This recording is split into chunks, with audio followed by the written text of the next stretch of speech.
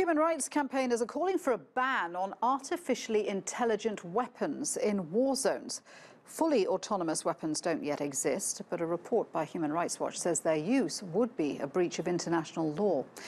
Bonnie Docherty is a senior researcher with the organisation's Arms Division. She joins me now from Washington, D.C. Bonnie, good to have you with us. I was speaking to someone in the defence programme industry a little earlier on, and they were saying that bans, as called for by campaigners like yourself, are counterproductive because it prevents lawful nations from developing the means to protect themselves against weapons used by rogue nations and terrorists. What's your response to that? Well, one of our concerns, and there are many with these fully autonomous weapons, is the risk of proliferation. So once they come into existence, they're likely to proliferate to rogue nations as well as responsible countries. One group of scientists has referred to them as the Kalashnikovs of tomorrow. So once they come into existence, they run the risk of affecting civilians, leading to an accountability gap and violating moral and legal principles. But the whole term killer robot is very emotive. It's very unlikely that these weapons are going to be developed in a way that there will be no human input whatsoever, isn't it?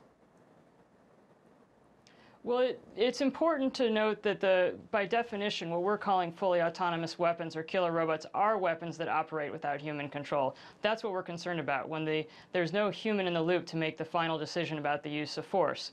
Countries have widely agreed that there should be they're programmed with, the things they're programmed to do and to decide what are targets or not, is done by humans.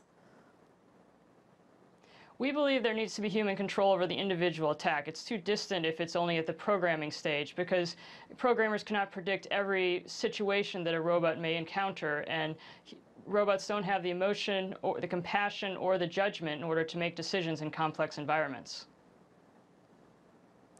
Are you saying it's not possible to program those kind of restrictions into the operating system of a weapon so that, you talk about ethical considerations, that could be programmed in at a level?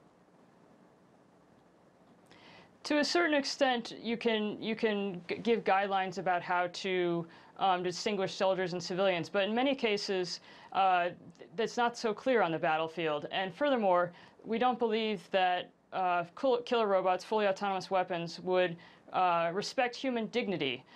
They would reduce human targets to merely algorithms, and therefore, whether they're killing soldiers or civilians, they would not truly respect their life and uphold their dignity, and thus would undermine basic morality.